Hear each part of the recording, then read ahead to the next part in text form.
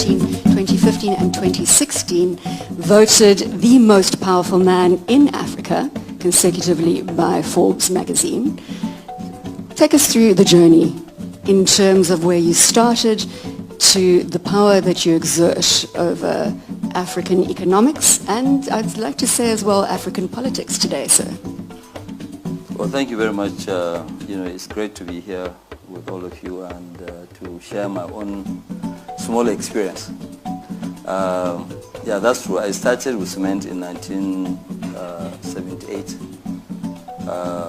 We traded almost, throughout the period up to 1989. We started textiles, of which later we had to, abandon because of massive dumping, from the, Chinese and, Indian markets. But what we did, we concentrated on just trading. And in concentrating in trading, because we really wanted to see, okay, fine, what is it? Because we've seen quite a lot of people, in the past trying to go into industry. And trying to go into industry, they failed. Most Nigerian families that tried industrialization for a very long period of time, they couldn't succeed. And we really wanted to know, okay, fine, what was the reason? In 1995, we invited Arthur Andersen, then which is now KPMG and Accenture, to try and, we held a retreat for 2 days to try and find out, okay, fine, what was the reason? We had to go into that retreat because we accumulated a lot of cash between that 1978 to 1995. Reason being that we got to a point where we couldn't turn around our money over and over.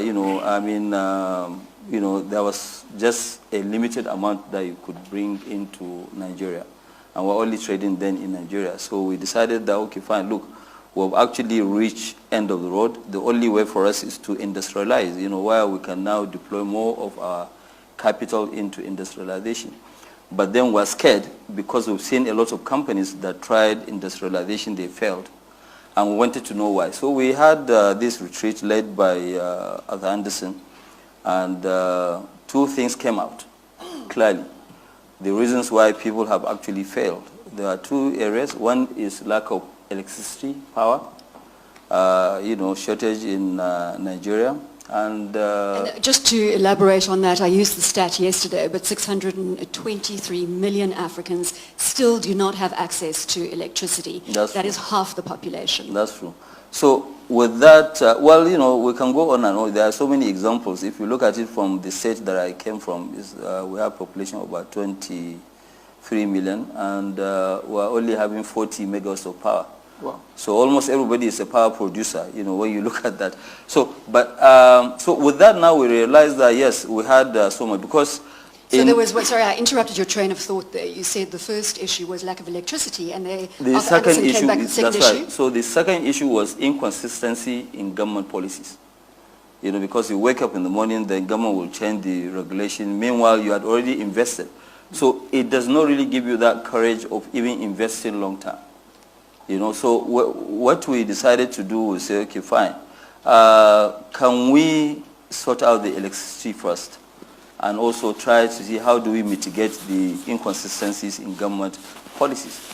That one we don't have any control over, but the only way for us is to remain friendly with any government coming in, and also explaining things and also the benefit they're going to get. Because if you look at it today, in all our businesses that we don't, we've finished our tax holiday, government actually earns more money than us, the owners, when you look at it. Because the taxes are high, you pay different sort of taxes. So we decided that, okay, fine, let us now go ahead, and we want to be bold. But then how are we going to become successful? Are we going to now start afresh?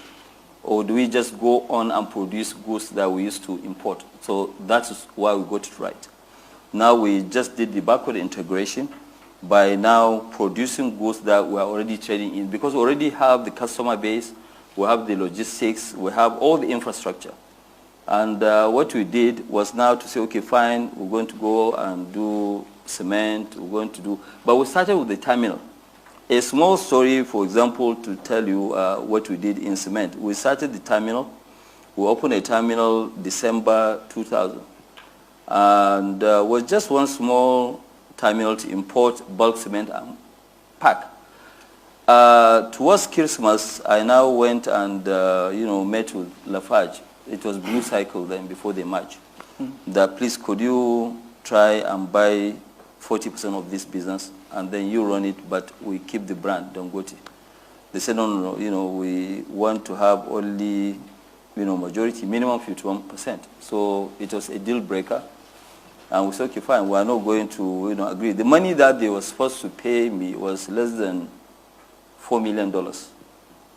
And so they backtracked on the deal, and we said, okay, fine, let us go ahead and face them. And within 2 years, we actually took chunk of the market, and now, we have a company worth over $18 billion. And I'm sure Lafarge regrets that decision. Definitely. We're looking now at Dangote Group having a presence in 17 African countries, and it was the first West African country to enter the Forbes 2000 list. Yes, but I mean, when we go forward, because part of the question, we want to also tell you that right now we're actually in a massive trajectory. We are now at about $4.2 billion of revenue, and in the next 2 years we'll be at $30 billion. So we are going into a massive transition, group-wide. So accelerated growth, let's say, going forward, yes. And even more for Lafarge to cry about.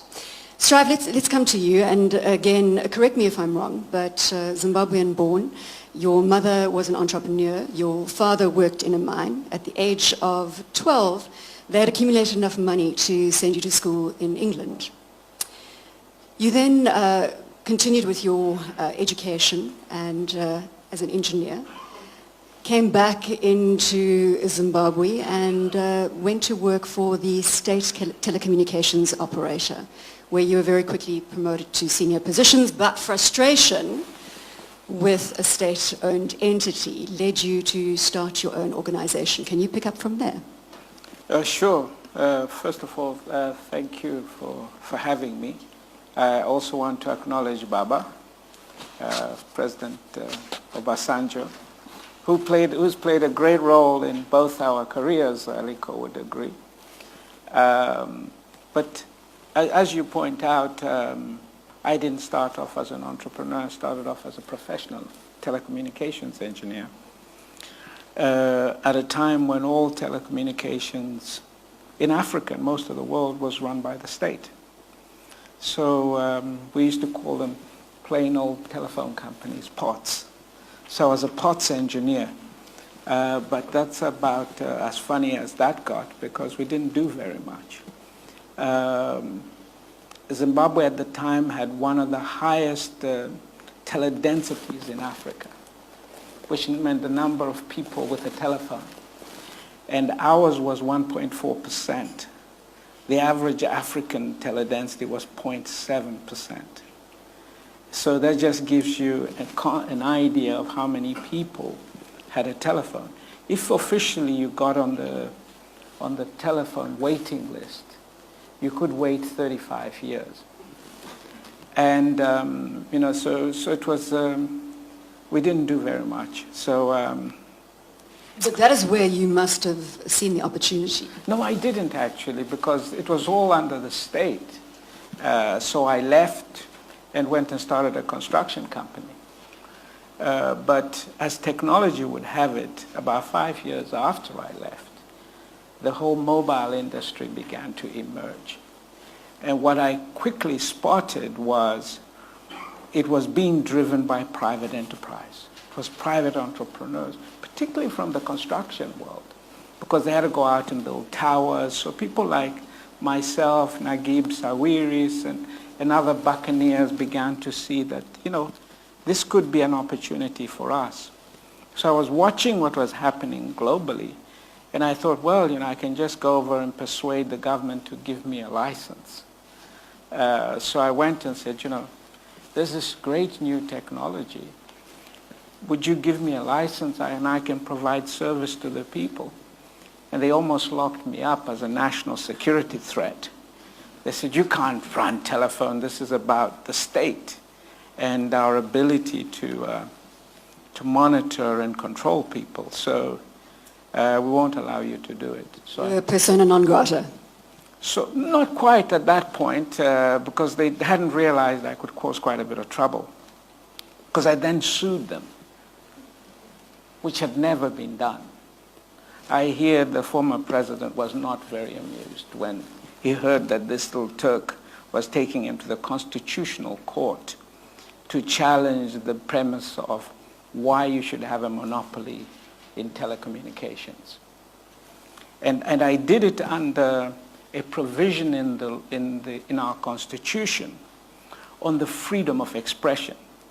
I said, if 75% of the people have never even heard a telephone ringing, why do you have a monopoly? You must open it up so we can provide service to the people. And so it took 5 years before the Constitutional Court, and I brought down the monopoly. The court ruled that the monopoly was illegal. So then I was persona non grata. Then you were persona non grata, but I want to also throw out the stat that the teledensity went from when you started 0.75% to 75% teledensity today across the African continent. Yes, of course, and in Zimbabwe it's 120%. I'm not sure how the statisticians So work I that don't know out. how that works out, but it just means that more people, some people have more than one phone. So obviously, a lot of us got involved. It became one of the great phenomenon. And of course, I ended up in Nigeria, courtesy of President Obasanjo. And we went there to get the revolution going. So it was a great revolution. 25 years on, 75% of the African people own a phone. Often when we have great entrepreneurs on the stage, I don't think we go to this question quickly enough, and that is lessons learned, mistakes made. And Aliko, this is not the first time that I am asking you this question, but perhaps for our audience here today, again, if we're talking about establishing great businesses, there are those who say that you don't succeed if you haven't failed at least once or twice. Well, I think mostly when you look at it, it depends on the government policies. Where now, when you look at it, I mean, my brother, Strive just talked about telecom. Without the, aggressive nature, and not only the aggressive nature of also looking at, things outside the box, the telecom industry wouldn't have actually been, successful especially in Nigeria, because at the time they now came in Nigeria, we have a tax rule which we don't offer any tax holidays or any incentive to services. But President Obasanjo was very, very creative. I mean, that's the truth. Not that because he's here. I didn't even know that he's sitting somewhere. But what he did was to say, okay, fine, let them also, because there was a claim that there was not going to be any profitability. And he said that, okay, fine, look, you know what, I'm going to give you 5 years tax holiday. Even though it wasn't in the tax law, but as a president, he had the prerogative of approving a tax holiday, so which he did. And that was what even allowed them to come in, because the calculation then was, look, the entire country, both land and mobile, we had 500,000 lines. Yeah. Okay, in 2000. And today you are talking about 147 million lines. So you can see, so it depends on the government of the day, it depends on what you can convince them and what they really want to try to take to the next level. But our own, for example, today, like what I keep saying, there's a big difference between Africa and maybe Asia. Mainly when you look at Asian market, is a market of exports. But we have local demands. So there's demand in whatever that you do. You know, the opportunities are enormous because we're like an import continent. You know, we export mainly raw materials, and we import a lot of goods, which is why, you know, it gives us a lot of imbalance in our foreign exchange situation. So not many missteps in your history, mistakes I think that you learned from. the missteps that we've had, you know, we've been always a very, very focused company. There are a lot of businesses that we have dropped, you know, along the line. For example, we're in banking, we had 2 banks, and we decided that, no, you know, it is much better for us. We are no professionals in terms of banking, you know, we are no professional bankers. So, and what we said as a rule in our company, any business that 10 of us in the company, top 10 of us, cannot wake up at night and explain to you the process from A to Z. We don't have business in being that business. I don't want to be in a business where somebody will sit me in the room and tell me how the process is. Because, you know, let me give you an example.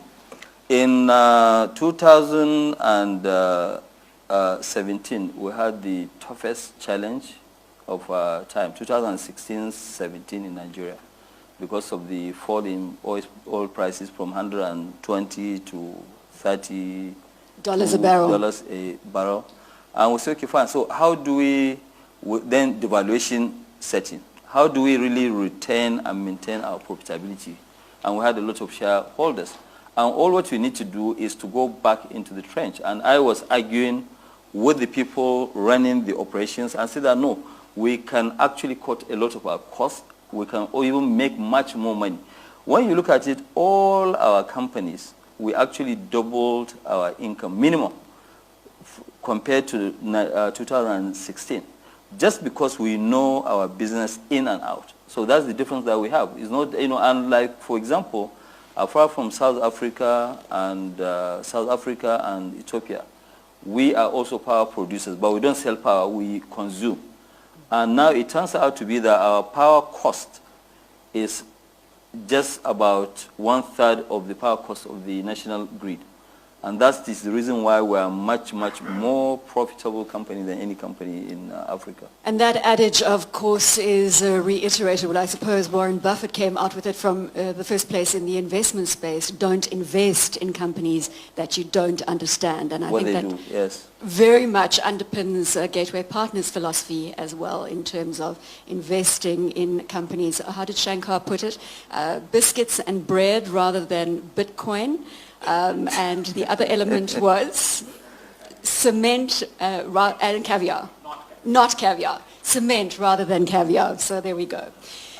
Strive, let's pick up on that issue that I said about mistakes being made and learning from them. There were a lot of people in this room yesterday who didn't hear or weren't here yesterday and didn't hear about your Nigerian experience, which is well documented, but I think it's very important that we have that shared commonality with Nigeria. And your first experience wasn't a positive one, although President Obasanjo, we will have the pleasure of speaking to you later, sir. And again, your policies were much celebrated over the 2 terms that you were president in Nigeria. Sure. Well, look, you know, my brother comes from the biggest African country, and I come from one of the smallest. So one of the first things you realize when you come from a small country is that you're not going to grow very big unless you leave. So you know, you can achieve a lot in Nigeria without ever stepping out of Nigeria. But and I know you'll understand this from Singapore, you got to quickly start looking beyond your own borders. And in my case, of course, I also didn't need a lot of encouragement because I was literally booted out. So I left Zimbabwe in 2000, and actually I haven't had an opportunity to get back since. I've been quite busy. So I moved to South Africa. And I began from South Africa, to look at how do I get into the rest of Africa. And you've got to bear in mind that we don't do much inter-trade between ourselves as Africans, which is a major issue. I think it's at about 14%, we're depending about on what stat. 16%, up 2%. intra-trade compared to what in Asia you are 48-50% intra-trade. So it was not common for Africans to begin to look for opportunities within Africa as Africans. It was almost quite exotic. People were more used to seeing Germans and Italians pitched up. Yeah. When Nigerians and Zimbabweans pitched up, our own people thought we were crooks. Or they would say, what's wrong with your own country? I remember being asked that at the border post, why are you here? I'm come to invest. What's wrong with your own country? So it was difficult in the sense to be, I didn't realize how difficult it would be for us to go out to other African countries and look for opportunities. We also didn't have access to capital because our capital doesn't move. So we can't invest from one country to another except if you're South Africans.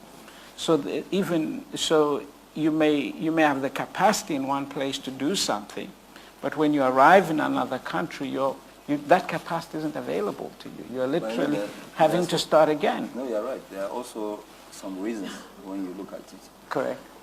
Because we as Africans, because it's not normal. Yes. And you're right. This thing you mentioned, when I went with former President Obasanjo, he left office. 10 days later, we went to Tanzania. And when I went to Tanzania and announced an investment of $400 million to build a cement plant, they say, okay, these Nigerian crooks, they have come again. So they never really believed that, yes, an African will invest in Africa. I mean, if you look at it today, our investment in South Africa or in Tanzania were actually the biggest African investors. But there is quite a lot of areas that we have to look at. If you look at it, majority of those areas, they've been controlled over 40, 50 years by foreigners. That's right. By mainly Europeans. So when you go in there, they will do whatever it takes. Most countries that we've actually gone to, we've ended up to the Supreme Court. That's right. So there's still an element of suspicion. Oh yeah, there is, of course. I mean, but you just have to be very, very strategic of how you handle the, situation. But you get there. I mean, we've had issues when we are going in, but now most of the countries that we have entered actually we've been number one. But they will give you a long run. It's still not an easy process. No, it's not. He's right. It's very, very difficult because there are people that they've been there. I mean, for example, I don't want to mention the name of a country, but there's a country we wanted to do our cement. The chairman of the company, still is the Minister of Finance. So Minister of Finance is the one that will issue all our incentives and whatever. But we still went ahead. I met the president during the time when Obama arranged this meeting with Africa, and the president called me by the side and said, okay, are you the same Dangote? I said, yes. He said, well, you are a real fighter, and I think you should carry on fighting. But he couldn't come out and say it in his own country. Well, there's synergy there, because you were a fighter when it came to Nigeria. Sure. Can you quickly fast track to the end of that story? You head-tailed out of there, but it took you 10 years. You paid $285 million for a telecommunications license. And then you were presented with a bribe, which you refused to pay, of $4 million by the governor, who threatened to throw you out if you didn't pay it. Well, he pretty much did. So, you take those kind of threats pretty seriously. Somebody's got a couple of guns at his disposal. So I did leave. I'm not going to fight with guns. So, but I persisted. I took the matter to international arbitration, as I was saying yesterday. And to be fair, and this is the other thing, the arbitrators were appointed by Nigerian courts. And they were majority Nigerian judges. And we went before several arbitral hearings. Every single one of them ruled on by Nigerian judges in our favor, to the very end of the process. So again, there is a legal framework. Don't let people mislead you otherwise. We stayed in those courts. Of course, it was a little long, but it can be long in India too, or Indonesia. You know and that. I That's think, international Strive, practice. and Aliko, that brings us to a point of persistence. What you need in terms of investing across the African continent, as in other frontier markets, is a level of persistence, understanding that the rules and regulations across the 54 countries in Africa are very different, as you've both just described. Oh, yeah. It is not easy to apply one set of rules and replicate that in other countries. It doesn't work. But I also want to get to the point now where we've spoken about the corruption. Where are we in that scale? Because I want to understand how we've progressed, how you as leading businessmen across the African continent are engaging or negating the element of corruption. Do you still get faced with it at this juncture in Africa's story? A quick comment from both of you. Well, yes, you still do, but it's not only in Africa, even other countries. The only thing is that you just have to learn to say no. You know, I mean, once you say no and somebody knows that, yes, you are not going to do that. It might take you longer to get things done, you know, because you are not going to agree to, pay. Because especially, the kind of companies that both myself and my brother Strive that we run, you can't really be involved in giving anybody, bribe. What we always do is that we don't even go and ask governments to give us anything outside what they normally do. We look for sectoral incentives, so which means that anybody who's going to invest in that sector, he's entitled to it. They're not going to do anything special, to you. So if they are not going to do anything special to you, then you actually don't need to give anybody bribe to do, anything at all.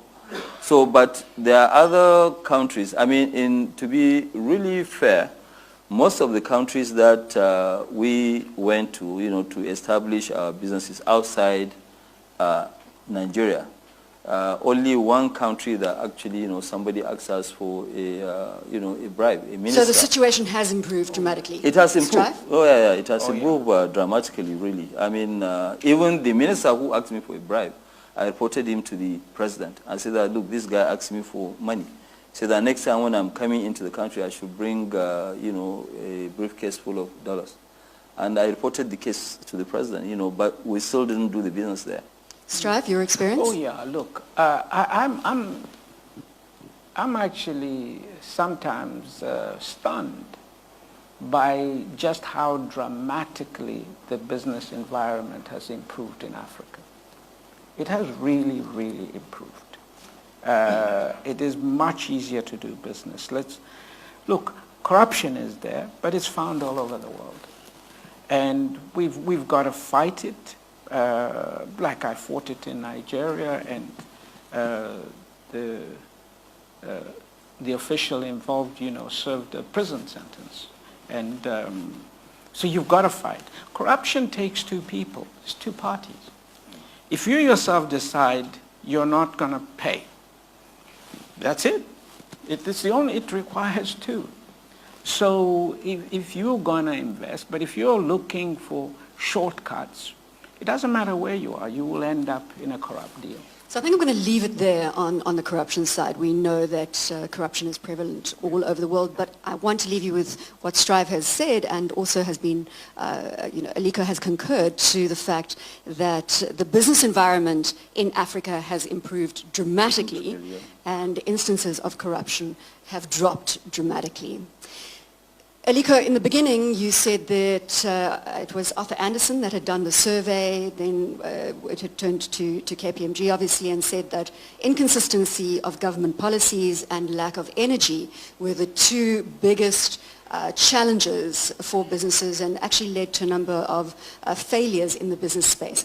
Let's talk about those two today, because again, in building a long-term business across Africa, these are two challenges that have not gone away, or have they? Let's start with the consistency of government policy.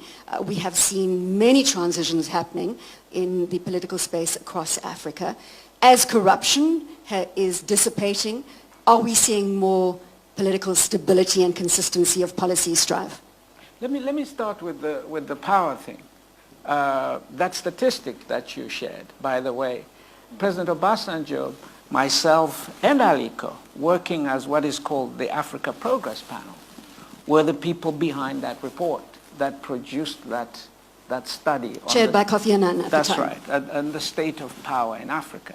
And it just shows you one of the things that we try to do, which is that as business leaders, we realize that if the environment is going to change, we cannot just be totally focused on our businesses. We have to be going out there, engaging the leaders. Because as President Obasanjo said sometimes, it's not that leaders want to be cynical. They just don't yet know what is required to make the environment a success, how we are supposed to work together. Africa is a huge continent. Okay, it looks like it's easy to see Africa as one landmass. Okay, but don't forget, this is like you guys looking at Asia from Laos to China to Vietnam to Singapore as if it were one country.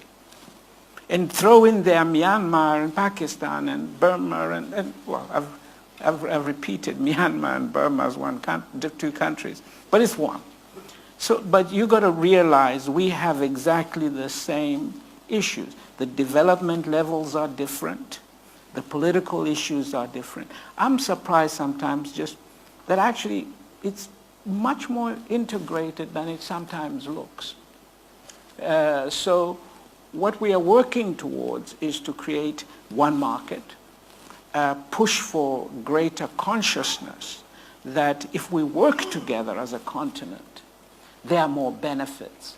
And including power benefits, and perhaps also Correct. just bringing the African Union's recent free trade agreement. Obviously the African Union now chaired by President Paul Kagame, President of Rwanda, the Republic of Rwanda. 44 African countries signatories to the Treaty of the One Trade Agreement. So yes, we are making progress in that regard. We can leverage power resources across the continent as well, start leveraging off one another's strive? Sure. I think what power needs is the sort of boldness that we saw on the telecommunications sector. If what President Obasanjo was prepared to do on telecommunications were done in Nigeria, around the way to bring the incentives for the private sector to come and build power. With so little power, what risk are you taking by letting us have a shot? We can fix this power thing. It's not beyond us. But it's about the policies of accepting that the private sector could be your power providers or your water providers or your sanitation providers. It happens around the rest of the world. Well, Aliko and I, he's a cement guy and I'm a telecoms. We may not be the guys to do it, but believe you me, there are young Alikos and young Strive Masiyiwas out there ready for the challenge to fix power.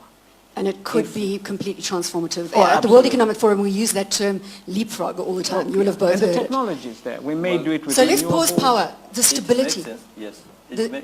Yeah. Okay. You want to finish there? Go No, I ahead. say if it makes sense, obviously, we can transform power. It's not really something very, very difficult. The infrastructure is there.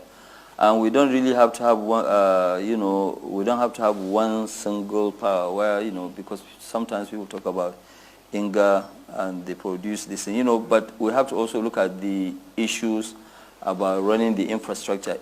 Most countries, they can produce their own power, some solar, some coal, some, it depends on really what you want to do. But fixing power, I think if there are the right incentives and there are the right regulation, Africa can get out of their issues in the next 10 years. Again, entrepreneurship and the success of entrepreneurship across the African continent is going to be reliant on the power resource. So hopefully we'll see that progress. Well, going it has forward. to happen because I can assure you that future elections will depend on what kind of power you deliver. You don't deliver power, you don't get re-elected. So, and